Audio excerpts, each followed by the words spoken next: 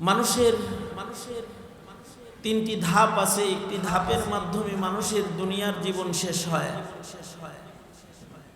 একটি ধাপের মাধ্যমে দুনিয়ার জীবন শুরু হয়, আর একটি ধাপের মাধ্যমে দুনিয়ার জিন্দেগি শেষ হয়, বরজখের জগৎ শুরু হয়।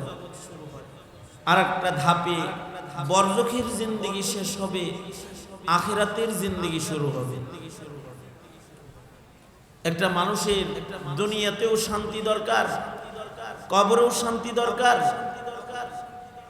আখিরাতেও শান্তি দরকার। আল্লাহ তাআলার কাছে দুনিয়ার শান্তি, কবরের শান্তি, হাসরের শান্তি, সব শান্তি আল্লাহ তাআলা চেয়ে নেওয়ার দোয়া বান্দাদেরকে শিখাইছেন। আমরা প্রতি নামাজের পরে পরে দোয়া করি, রব্বানা আতিনা ফিদ দুনিয়া হাসানা, রব্বানা আতিনা ফিদ দুনিয়া হাসানা ওয়া ফিল আখিরাতি হাসানা ওয়া কিনা আযাবান নার। আয় আল্লাহ, আপনার কাছে দুনিয়ায়ও ভালো চাই, আখিরাতেও ভালো চাই। বরজখ হাসরে আগুন থেকে মুক্তি চাই, দোজখের আগুন থেকে আপনার কাছে রেহাই চাই। আল্লাহর কাছে এই সকল হাসানাত গুলো চেয়ে বান্দাকে নেওয়া আল্লাহ তাআলা শিখাইছেন।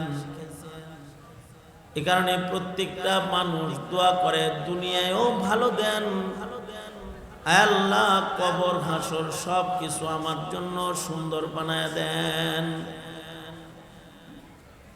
তবে যাদের জন্মের সময় শান্তির হয়, সালামতির হয়, তাদের দুনিয়ার জীবন সুন্দর হয়। যাদের মরণের সময় সালামতি হয়, তাদের বরজখের জীবন সুন্দর হয়, কবরের জীবন সুন্দর হয়। যাদের হাসর সুন্দর হবে, তাদের বিচার সুন্দর হবে। এ কারণে হযরত ঈসা আলাইহিস সালাতু ওয়াস সালাম আল্লাহর কাছে এই তিন সময়ে রহমত, বরকত, সালামতি কামনা করেছেন। সূরা মারইয়ামের আয়াত, মশহুর আয়াত তেলাওয়াত করেছি। ঈসা আলাইহিস সালাতু ওয়াস সালাম জন্মের পরে আল্লাহর কাছে বলতেছিলেন, আয় আল্লাহ, আমি আমার এই তিন ধাপে সালামতি চাই, আপনার পক্ষ থেকে সাকিনা, রহমত, বরকত, শান্তি আমি চাই। পয়গম্বর ঈসা আলাইহিস সালাম মায়ের কোলে দোলনায় কিছু কথা বলেছিলেন। দোলনার যে সকল বরকতি কথাগুলো আল্লাহ তাআলা আল্লাহর কালাম বানাইছেন, অর্থাৎ কালাম তো রূহুল্লাহর, কিন্তু আল্লাহ তাআলা আল্লাহর কালাম বানাইছেন, কালামুল্লাহ বানায় ফেলেছেন। এবং হাবিবুল্লাহর কাছে প্রত্যাদেশ বানায়া আল্লাহ তাআলা কালামগুলোকে নাজিল করেছেন। তার ভেতরে একটা কথা হলো, হযরত ঈসা আলাইহিস সালাম মায়ের কোলে বলতেছিলেন, ওয়াসসালামু আলাইয়া ইয়াউমা উলিদতু ওয়া ইয়াউমা আমুতু ওয়া ইয়াউমা উবআসু হাইয়া। সালামতি হয় আমার জন্মের দিনে, সালামতি আমার মৃত্যুর দিনে। আল্লাহর কাছে আমি সালামতি চাই আমার হাসরের দিনে। এই তিন সময়ে আল্লাহ পাকের পক্ষ থেকে সালামতি কামনা করেছেন। কারণ জন্মের সময় যদি আল্লাহর নিয়ামত, রহমত, বরকত শামিলে হাল না হয়, তো ডাক্তার, ভালো হসপিটালের মাধ্যমেও জন্ম সুন্দর হয় না। ভালো অভিজ্ঞ দাইমা পাশে থাকলেই সন্তান ভালো জন্মায় না, ভালো হালতে দুনিয়াতে আসে না, যদি আল্লাহর পক্ষ থেকে সালামতি না হয়। এই কারণে নবীর সুন্নত হলো মহিলাদের পেটে বাচ্চা আসলে আল্লাহর আশ্রয়ে বেশি বেশি দোয়া কামনা করতে হয়। শয়তানের শারারাত থেকে আল্লাহর কাছে মুক্তি চাইতে হয়। কারণ জন্ম যদি সুন্দর হয় তাহলে হায়াত সুন্দর হয়ে যায়, জন্মের পরের হালত যদি সুন্দর হয় তাহলে হায়াত সুন্দর হয়ে যায়। জন্ম সুন্দর হয় তো ডাক্তার লাগে না, ভালো হাসপাতালে যাওয়া লাগে না, গাছতলায়ও যদি বাচ্চা হয় তাহলে এটা সুন্দর জন্মায়। যেমন হযরত মরিয়মের পেট থেকে ঈসা আলাইহিস সালাতু ওয়াস সালাম জন্মাইতেছেন, কোনো হাসপাতালে না, কোনো ডাক্তার সাথে নাই, হযরত মরিয়ম একা।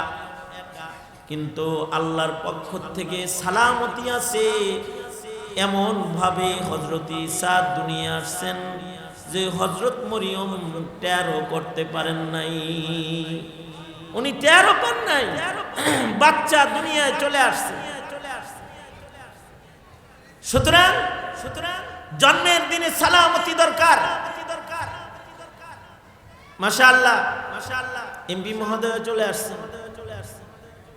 আল্লাহ তাআলা নেক হায়াত বাড়ায় দেয়। আমিন। আরো আস্তে করে কোন আমিন। আপনারা কি জাগ্রত আছেন না ঘুমায় রয়েছেন? আপনারা কথা বলতে পারেন তো আল্লাহ দিন, নাকি বোবা আছেন? কেউ বোবা খুব বেশি থাকার কথা না, বোবা 2-4 দিন থাকলে থাকতেও পারে, কিন্তু সবাই তো কথা বলতে পারে না, তাই না? কারা কারা কথা বলতে পারেন হাত তোলেন তো দেখি। জোরে বলতে পারেন তো নাকি গলা চিপা আপনাদের? যারা জোরে কথা বলতে পারেন দুনো হাত তোলেন তো, দুনো হাত তোলেন। এবার জোরে করে তাহলে আল্লাহর সাথে একটু কথা কন, আল্লাহর নাম লন, বলেন সুবহানাল্লাহ। এখন মনে হইতেছে মাহফিলে কিছু লোকজন আছে, এতক্ষণ মনে হইতেছিল গুরুস্তান গুরুস্তান, ঠিক না? জোরে আওয়াজ করে বলেন সুবহানাল্লাহ, আলহামদুলিল্লাহ, লা ইলাহা ইল্লাল্লাহ, আল্লাহু আকবার, আল্লাহু আকবার, আল্লাহু আকবার। তো মাশাআল্লাহ, এমপি মহোদয় চলে আসছেন। হ্যাঁ, আমি তো চালাইতেছি, কথা বলতেছি। ভাইজান স্টেজেই আসবে সম্ভবত। আজকের প্রধান অতিথি এবং সভাপতির একটা দায়িত্ব আছে না? সভাপতি স্টেজে বসে দায়িত্ব আছে, স্টেজেই চলে আসবেন ইনশাআল্লাহ। তাই আপনারা আমার দিকে থাকেন। এই বসো, তোমরা বসো, তোমরা বসো, তোমাদেরকে বলতেছি বসো, তোমরা বসে পড়ো, বসো, সাইডে যাও, মাঝখানে দাঁড়ায় না, সাইডে যাও। তো মুহতারাম হাজিরিন, আবার দুনো হাত উপরে তোলেন। এ মুতাওয়াজ্জিহান ইলা জিহাদিল হুজুর, ঠিক না? সোজা করেন, সোজা করেন, নাড়াচাড়া দেন দেখি। হাত নামান, আপনারা আমার দিকে থাকেন। আর মেহমানরা তো চলে আসবেন। আমি কয়েকটা কথা বলি, খুব সংক্ষেপে কিছু কথা বলে ফেলবো। অনেক মেহমান, বেশি সময়ও দেয় নাই আমার, অল্প সময় দিচ্ছে। তা আমি যেটা বলতেছিলাম আপনাদেরকে, সেটা হলো জন্মের দিন শান্তি দরকার, সালামতি দরকার। এই কারণে বাচ্চা যখন জন্মায় তখন মায়েদের, বাবাদের আল্লাহর সাথে যোগাযোগ বেশি বাড়ায় দিতে হয়। কিন্তু বর্তমান জমানা বড় আজব জমানা, বাচ্চা হওয়ার সময় ডাক্তারের সাথে যত যোগাযোগ হয় আল্লাহর লগে অত হয় না। গাইনি ডাক্তারের শরণাপন্ন যতবার হয়, দুনিয়ায় বাচ্চা আসে, মা আল্লাহর শরণাপন্ন হয় না।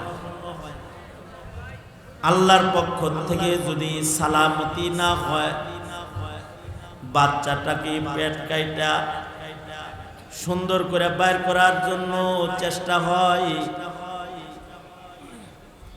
কিন্তু সালামতি যদি না হয়, আগফিরুল্লাহ লানা ওয়া লাকুম। আল্লাহ তাআলা ভাইজানের আম্মা জানকে জান্নাতুল ফেরদাউস দান করেন, আব্বা জানকে জান্নাতুল ফেরদাউস দান করেন।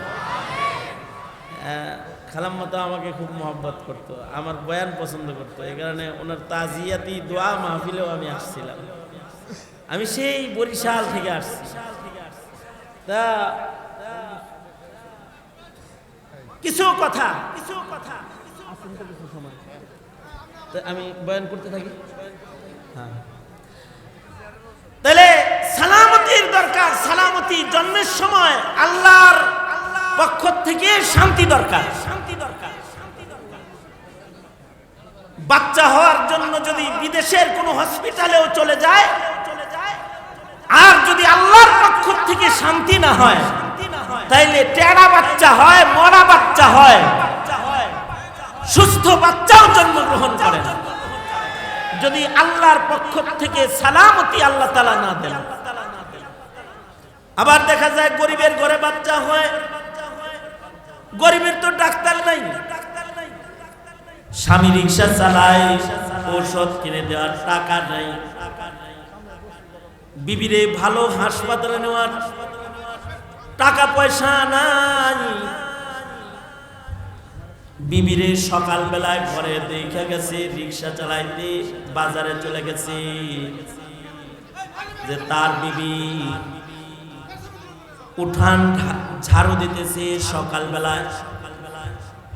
সকালবেলায় উঠান ঝাড়ু দিতেছে, বিবি দেখে গেছে রিক্সা নিয়ে বাইরে গেছে, দুপুর বেলায় বাড়ি আসছে, খানা খাইতে দেখে বাচ্চা আব্বা আব্বা ডাকতেছে। কিরে সকাল বেলায় দেখে গেলাম তুমি কাম করো, আর দুপুর বেলায় বাচ্চা। হঠাৎ করে ব্যথা উঠছে, আর 10 মিনিটের ভিতরে আল্লাহর বান্দা চলে আইছে। সালামতি শান্তি হয়েছে তো আল্লাহ তাআলা নিরাপদে বাচ্চা জন্মদান করেছে। এ কারণে পয়গম্বর ঈসা আলাইহিস সালাতু ওয়াস সালাম আল্লাহর কাছে জন্মের সময়ের সালামতি চাইতেছেন। ওয়াসসালামু আলাইয়া ইয়াউমা উলিদতু, শান্তি আমার উপরে হোক, আমার উপরে শান্তি যেদিন আমার জন্ম সেদিন। আল্লাহ তাআলা পয়গম্বর ঈসার দোয়া কবুল করে এমন শান্তি দিবেন, বাপ ছাড়া দুনিয়া আসছেন, মানুষের অনেক প্রশ্ন ছিল বাপ ছাড়া কেমনে সন্তান হয়, কিন্তু আল্লাহ যখন সালামতি দিছেন তো মায়ের কোল থেকে দুলনায় আরেক কুদরত প্রকাশ কইরা আল্লাহ তাআলা পয়গম্বর ঈসার পবিত্রতাকে স্পষ্ট করেছেন। কোনো দুশ্চিন্তা নাই, হযরত মরিয়মের কোনো দুশ্চিন্তা নাই, কারণ দুলনার বাচ্চা কথা বলতেছে। এই যে এই সালামতি দিলেন কে? জোরে আওয়াজ করে বলেন, দিলেন কে? যদি কথা না বলতো তাহলে বিজ্ঞানের যুগ হতো না, যে ব্লাড টেস্ট কইরা তারপরে পরীক্ষা করবে এটা কার বাচ্চা। কিন্তু আল্লাহ তাআলা যখন সালামতি দিয়ে দিবেন তখন জবান খুলে দিবেন আল্লাহ তাআলা। উনি নিজেই বলতেছেন, আমি বাবার মাধ্যম ছাড়া আসছি, যালিকা ঈসা ইবনে মারইয়াম। আমার মা আছে, বাপ নাই, মা হইল মরিয়ম। আমি আল্লাহর বান্দা, আমাকে নিয়ে কোনো ভুল সংশয় তোমাদের যেন না হয়। আমি সাধারণ হয়ে আসি নাই, আমি কিন্তু অসাধারণ। দেখো না কথা কই, আমি নবী, আমি যা আদেশ করব তাই তোমরা মানবা। আমি অশিক্ষিত নবী না, আমি কিতাবওয়ালা নবী। আল্লাহু আকবার কাবীরা। মানে জন্মের সাথে সাথে এই শান্তি দিলেন কে? এই কারণে একটা মানুষ জন্মের পরে যেন তার দুনিয়ার জীবনটা দ্বীনি জীবন হয়, এই কারণে আল্লাহর রাসূল কিছু আমল শিখাইছেন। আল্লাহর রাসূল বলে, একটা বাচ্চা জন্মাইলে সাথে সাথে তার ডান কানে আজান দাও, বাম কানে আকামত দাও। আজানের ভেতরে খুলাসাতুল ইসলাম, ইসলামের পূর্ণ পরিচয় আজানে আছে, ইকামতে আছে।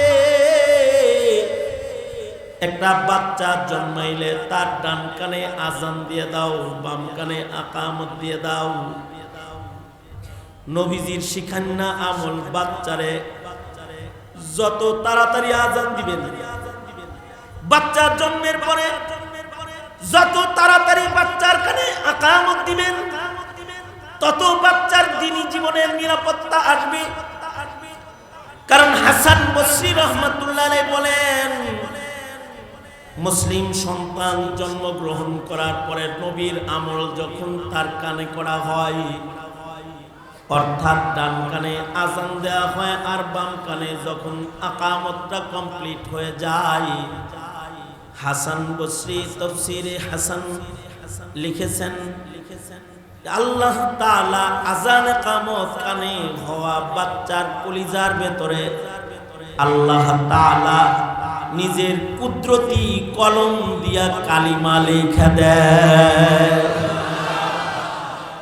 এখন জন্মের পরে যদি আল্লাহ কারোর কলমে কালিমা লিখে দেয়, তাহলে সে তো নাস্তিকতা পছন্দ করবে না, সে বদ্দিনীকে পছন্দ করবে না, সে ধর্ম পছন্দ করবে, দ্বীন পছন্দ করবে, আলেম পছন্দ করবে, কোরআন পছন্দ করবে। যদি কেউ জন্মের পরে মুসলিম ঘরে জন্মিয়েও ইসলাম পছন্দ না করে, তাইলে উলামারা বলেন তার কলবে আল্লাহ কালেমার সিল মারে নাই, এখনো সিল মারে নাই। এ কারণে মুসলিম হিসাবে জন্মগ্রহণ করার পরেও ইসলাম তার অপছন্দ লাগে। তাইলে আমাদের ঘরে যদি বাচ্চা জন্মায়, এক নাম্বার কাম হলো বাচ্চার কানে আজান, বাচ্চার কানে ইকামত, এক নাম্বার কাম। এটা যত তাড়াতাড়ি দিব তত তাড়াতাড়ি কলবের ভিতরে কালিমা লিখবেন। কে জোরে আওয়াজ করে বলেন? আল্লাহ কালিমা লিখবেন। কিন্তু আশ্চর্য বিষয় হলো আমাদের বাচ্চাদের 5 মাস পরেও আজান দেয়। আমি নিজে পরীক্ষিত। আমার কাছে এক বাচ্চা লয়ে আইছে, আইসা কয়, হুজুর আপনার তাহনিকের বয়ান শুনছি, বাচ্চাটারে তাহনিক করাইতে আমরা স্বামী স্ত্রী 2 জন আপনার মসজিদে আইসা হাজির হইছি জুমার দিনে। স্বামী নামাজ পড়ছে, বউয়ে গাড়িতে বয়ে রয়েছে। নামাজের পরে বাচ্চা লয়ে আইছে, কয় আপনি খেজুর চিবায় তাহনিক করে দেন। ওই যে তাহনিক করলে পরে মুখ সুন্দর হয়, মুখের কথা সুন্দর হয়, নবীর সুন্নাত তো এটা একটা। তো তাহনিক করাইতে আনছে, তাহনিক করানো শেষ হইছে পরে আমারে কয়, হুজুর আজানটা দিয়ে দেন।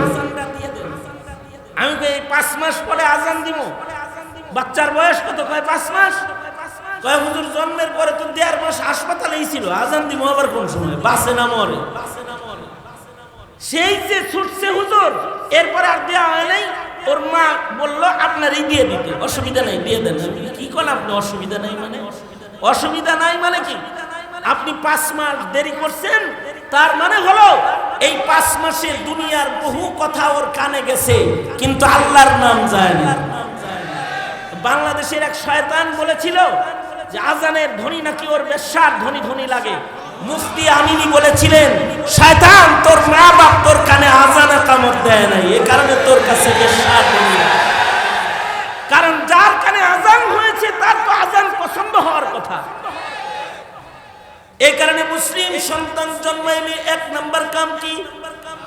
ডান কানে আজান, বাম কানে ইকামত। 2 নাম্বার কাম হলো তাকে তাহনিক করো, ভালো মানুষের মুখের লালা খাওয়ায় দাও। আল্লাহর রাসূলের যুগে বাচ্চা হইলে নবীর কোলে দিত, নবীর মুখের লালা পয়লা খানা হতো। আবু বকরের যুগে বাচ্চা জন্মাইলে আবু বকরের মুখের লালা খাইয়ে দিত। হযরত হাসান বসরি উমরের যুগে জন্মাইছে। হাসান বসরির বাবা হযরত উমরের কোলে আইনা দিছে, দিয়ে কয়, আমিরুল মুমিনিন আপনার মুখের লালা লাগায় দেন। কারণ আমিরুল মুমিনিন উমরের মুখ তো বড় বরকতি মুখ। উমরের মুখ এমন বরকতি মুখ, উমরের মুখের কথা যেটা বের হয় আল্লাহর কথা, আল্লাহ ওইটা আকাশ থেকে পাঠায়। 21 জায়গায় উমরের কথার মূল্যায়ন করে আল্লাহ তাআলা কোরআনের আয়াত নাজিল করেছেন। আল্লাহর রাসূল বলেন, উমরের মুখ তো অনেক দামি মুখ, উমরের কলব অনেক দামি কলব। আল্লাহর রাসূল বলেন উমর হলো মুহাদ্দিস, আল্লাহর রাসূল বলেন মুহাদ্দিসি উমর। প্রত্যেক নবীর একজন করে মুহাদ্দাস আছে। মুহাদ্দাস বলা হয় যার কলবের ভিতরে আল্লাহর কথা এলকা হয়, তাকে মুহাদ্দাস কয়। আল্লাহর রাসূল বলে উমর হলো আমার মুহাদ্দাস, অর্থাৎ আল্লাহ আমারে কিছু বলতে চাইলে উমরের কলবে ওটা ঢাইলা দেয়। হযরত উমরের এমন শান, আল্লাহর রাসূল বলেন লাউ কানা বাদি নবিয়্যুন লাকানা উমর, আমার পরে কেউ নবী হইলে উমর নবী হতো। আল্লাহর রাসূল বলেন উমর ফারুক বাইনাল হক ওয়াল বাতিল আশাদুহুম ফি আমরিল্লাহি উমর। উমর ইসলামের বেলায় বড় শক্ত। উমরের মুখের অনেক দাম, উমরের চোখের ও কানের অনেক দাম। উমরের চোখের এত পাওয়ার যে মসজিদের নববীর মিম্বরে দাঁড়ায়া 100 মাইল দূরে তিনি দেখতে পায়। বসিরত আল্লাহ এত বেশি দিছে যে মসজিদে দাঁড়ায় দাঁড়ায় যুদ্ধের সেনাপতিরে ডাক দেয়, ইয়া সারিয়া আল জাবাল, পাহাড়ের পিছে সৈন্য আছে, ঘোরো না কেন সারিয়া ঘোরো। আল্লাহু আকবার। মুখের এত পাওয়ার যে মুখের কথা হযরত সারিয়ার কান পর্যন্ত চইলা যায়। হযরত উমরের দূরদৃষ্টি এত বেশি যে মদিনায় কেউ যদি কোনো স্বপ্নে দেখে উমর ওইটাও দেখে। আব্দুল্লাহ বিন যায়েদ বিন আব্দে রাব্বিহি এসে বলে, আল্লাহর নবীকে বলতেছে, আল্লাহর নবী আমি স্বপ্নে দেখছি একজন আমারে আজান শিখাইবার লাগছে, এইভাবে এইভাবে নামাজে আমারে ডাকবার কয়। আল্লাহর রাসূল বলেন তুমি সাহিবুত তাজিন, তুমি আজানওয়ালা সাহাবী। ফেরেশতা আইছিল আল্লামা কাত্তাজিন, তুমি সাহিবুল আজান, তোমাকে আজান ইকামত শিখায় গেছে ফেরেশতা। ইতিহাসের পাতায় ওনার নাম যখন উঠে গেছে তখন উমর কয় এগুলা আমি অনেক আগে থেকে দেখি। আল্লাহর রাসূল বলে তুমি দেখো তে আগে কইলা না কেন? হযরত উমর বলে আমি লক্ষ্য করতেছিলাম যে আমার একটা অখ্যাত ভাইয়ের নাম ইতিহাসের পাতায় উঠবার লাগছে, মানে যাকে এর আগে কেউ চিনে না, কিন্তু আজকে তাকে সারা পৃথিবী চিনতেছে। তার স্বপ্ন দিয়ে আজানে কামত দুনিয়ায় আইতাছে, তার নামটা ইতিহাসের পাতায় স্বর্ণাক্ষরে লেখা হচ্ছে। আমি চিন্তা করে দেখলাম এখন যদি আমি মুখ খুলি তাহলে আমার ভাইয়ের ইজ্জতে হানি করা হয়, ইজ্জত ধরে টান দেওয়া হয়, তার জায়গায় নিজে যাওয়ার চেষ্টা করা হয়। এ কারণে আমি চুপ থেকে একটু ইশার করলাম, মর্যাদার চেয়ারটা আমি আব্দুল্লাহ বিন যায়েদ বিন আব্দে রব্বির দিয়ে দিলাম। আব্দুল্লাহ বিন যায়েদ বিন আব্দে রব্বি একজন আজব সাহাবী, রাখাল মানুষ ছিল, কৃষক মানুষ ছিল, কিন্তু মুখের পাওয়ার এত, আজানের হাদিস ছাড়া আর কোনো হাদিস তার বর্ণনায় নাই, কিন্তু মুখের পাওয়ার এত। রাসূল মারা গেছে আর আব্দুল্লাহ বিন যায়েদ বিন আব্দে রব্বি সিজদায় পড়ে বলে, ওগো আল্লাহ, যে চোখ দিয়া মুহাম্মাদুর রাসূলুল্লাহ দেখা যাবে না, ওই চোখ দিয়া সূর্যের আলো চাঁদের আলো আমি দেখবার চাই না। যে চোখ দিয়া নবুয়তের আলো দেখা যাবে না, নবুয়তের সৌন্দর্য দেখা যাবে না, নবীর সৌন্দর্য দেখা যাবে না, এই চোখ দিয়া দুনিয়ার কোনো সৌন্দর্য আমি আর দেখতে চাই না। ওগো আল্লাহ, তুমি আমারে অন্ধ বানায় দাও। মুখের পাওয়ার এমন, দোয়াটা করতে দেরি হইছে, আল্লাহ তাআলা চোখ লয়ে গেছে গা, অন্ধ বানায় দিছে।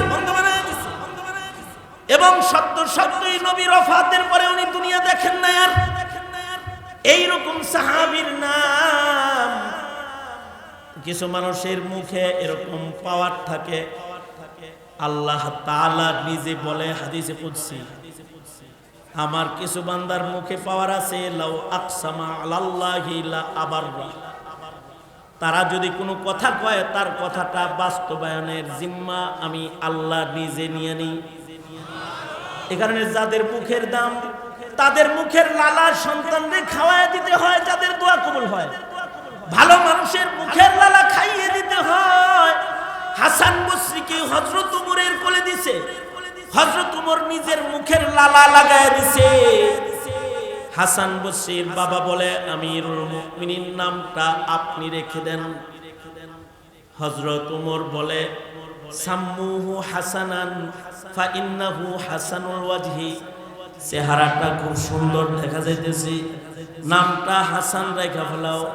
হযরত উমর নাম রাখলেন, হযরত উমর মুখের লালা খাওয়াইলেন। আল্লাহ তাআলা হাসান বসরিকে শ্রেষ্ঠ তাবেঈ বানায়া দিলেন। তাসাউফের সনদ নবীর কাছে পৌঁছাইতে হলে হাসান বসরির মাধ্যম হয়ে যেতে হয়। কারণ হযরত আলী হাসান বসরিকে বাইআত ও তালকিনের খেলাফত দান করেছেন। হাসান বসরি আলীর খলিফা। আর